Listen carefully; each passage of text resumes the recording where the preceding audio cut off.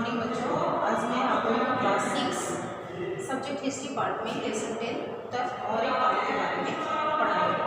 आप लोग अपनी बुक खोलेंगे, यानी कि उस समय और काल में कौन कौन से राजा थे या उत्तर काल में कौन कौन से राजा आए थे और उन्होंने कब से कब तक शासन किया था और उसका क्या प्रभाव पड़ा। जैसे कि कोठारी राजा में चोर चेर और पांड्य थे। सतवाहन के उत्तर पश्चिम से आक्रमण जब हुआ तो पार्टी युवन उसमें आए से भूषण और विदेशी आक्रमण का भारत पर क्या प्रभाव पड़ा। रेशम मार्ग क्या था, का प्रसार था, उसके बारे में हम आप लोगों को आज पढ़ाएंगे। आप लोग अपनी बुक खोलें और खोलने के बाद उसमें देखेंगे कि किस किस के बारे में यह पढ़ाया गया। जैसे 200 ईसा पूर्व और 300 ईसा पूर्व के बीच अलग क्षेत्रों से विद्वान और कवि मदुरै में इकट्ठे होकर अकादमिक बहस और चर्चा में भाग लेते थे, जिसमें 200 ईस्वी से लेकर के 300 ईस्वी पूर्व तक का जो भाग होता था जो मदुरै में, उसमें जितने भी कवि लोग होते थे वो क्या करते थे, इकट्ठे होकर के यह बात होती थी कि कौन कौन सी उस धार्मिक चर्चे भारत में उसमें चर्चा किया जाता था, उस विषय पर चर्चे होते थे और तमिल विद्वानों की सभा को संगम के रूप में जाना जाता था। इन विद्वानों के प्रकाशित कार्य को सामूहिक रूप में संगम साहित्य के नाम से जाना जाता है और जिस काल में उन्हें संकलित किया गया उसे संगम काल कहा जाता है। संगम साहित्य मुख्यतः युद्ध, राजाओं और सैनिकों की बहादुरी के कार्यों तथा संगम काल के जीवन और संस्कृति के विषय में बताता है। मूवेंदार अथवा 3 मुकुटधारी राजा में संगम काल में दक्षिण भारत में कई वंशों ने शासन किया, जैसे चेर, चोल, पांड्या और सातवाहन। संगम साहित्य में चेर, चोल और पांड्या के प्रमुख सत्तारूढ़ शासकों का संदर्भ मूवेंदार अथवा 3 मुकुटधारी राजाओं के रूप में वर्णन है। मूवेंदर ने तमिलनाडु, केरल के क्षेत्रों जिसमें 5 भौगोलिक खंड जैसे पर्वतीय क्षेत्र, उपजाऊ नदी घाटी, तटीय क्षेत्र, मरुस्थल और पश्चिम घास के मैदान शामिल थे। चेर का अर्थ होता पर्वतीय देश या ढलानों का राजा।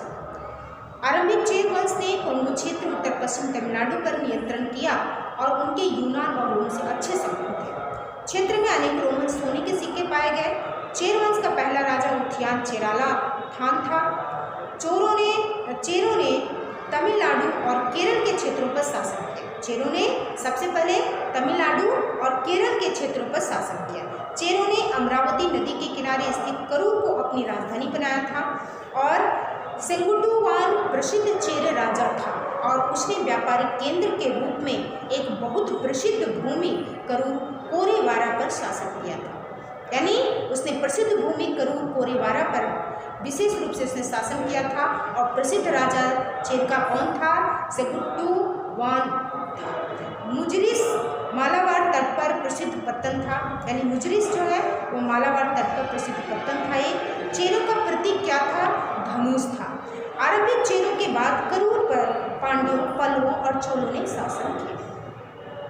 चोल मुख्यतः तमिलनाडु के क्षेत्र तिरुच तंजावुर तक सीमित थे।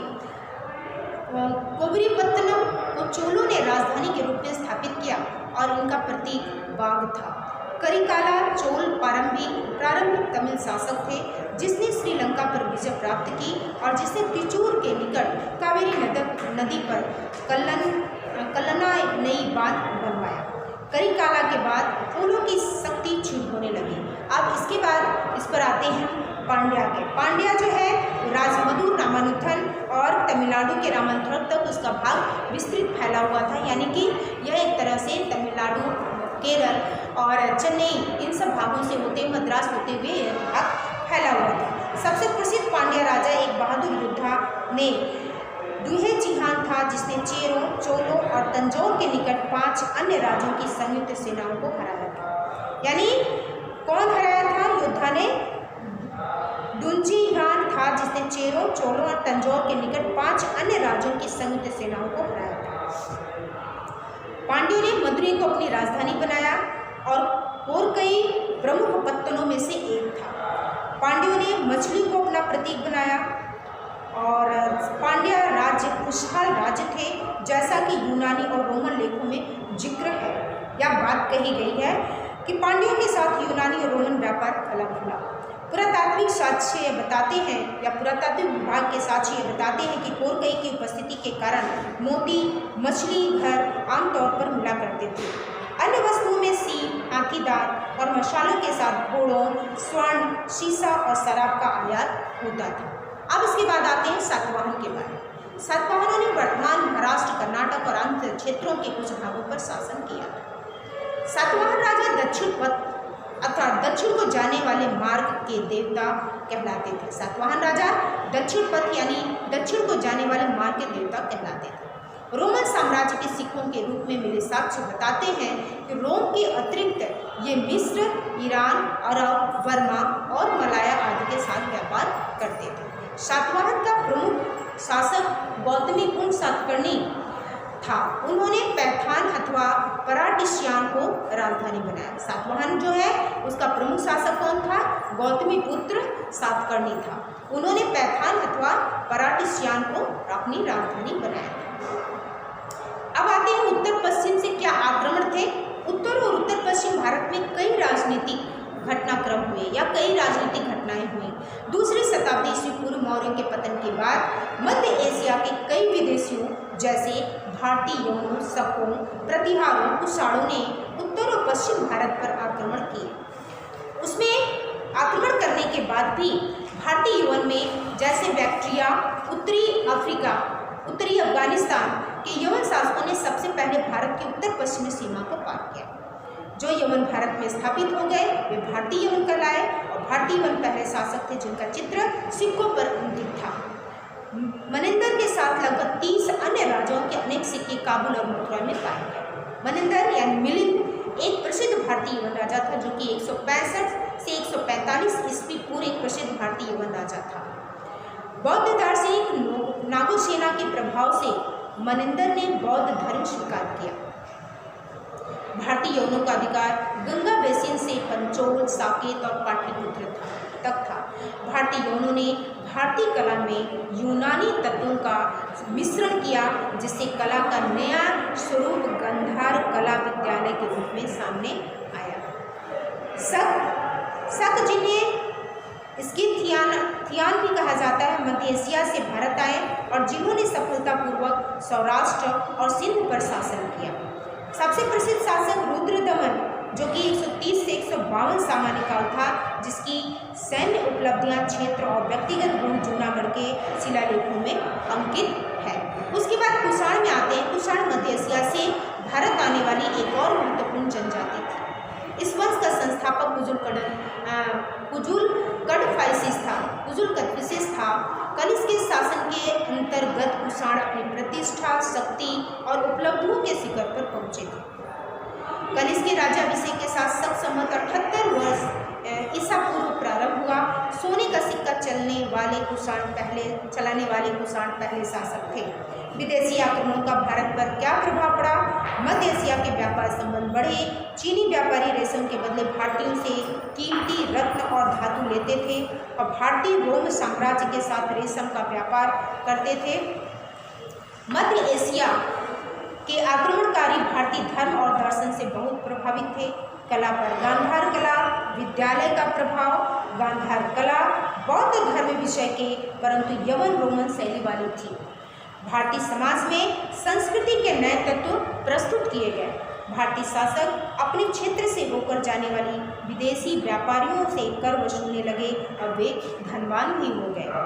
शकों कुषाणों ने भारत में घोड़ों का प्रयोग प्रसिद्ध किया और घुड़सवारी के लिए आवश्यक टोपी, हेलमेट और सवारी के लिए जूते प्रस्तुत किए।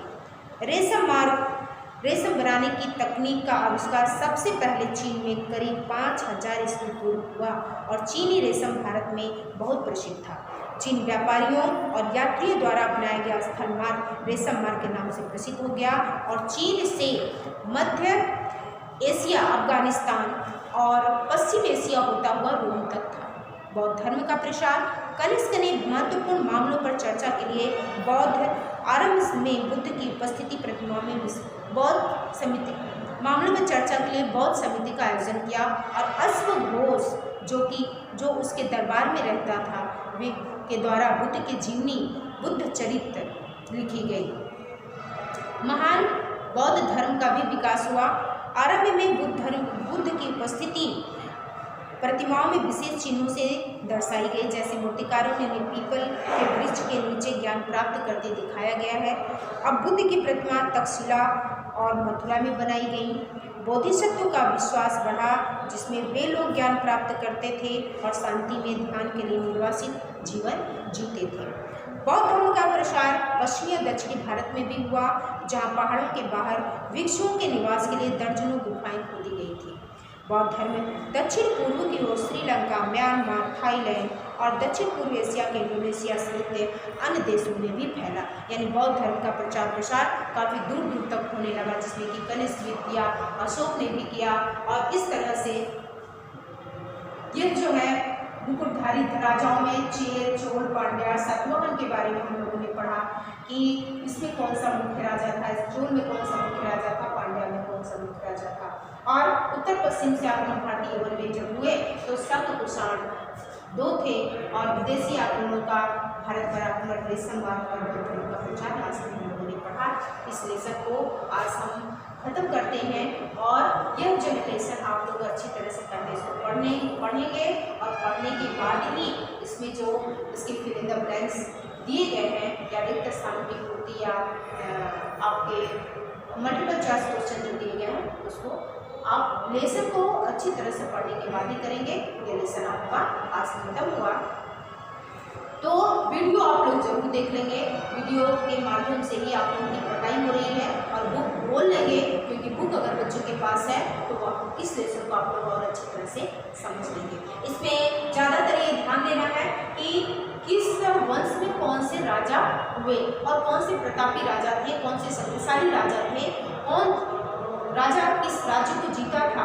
और जैसे कनिष्क में है कि कनिष्क के समय में 78 ईस्वी में संवत शुरू किया गया था। तो इस तरीके से इन सब मेन चीज़ों को, मेन पॉइंट्स को आपको याद करना है।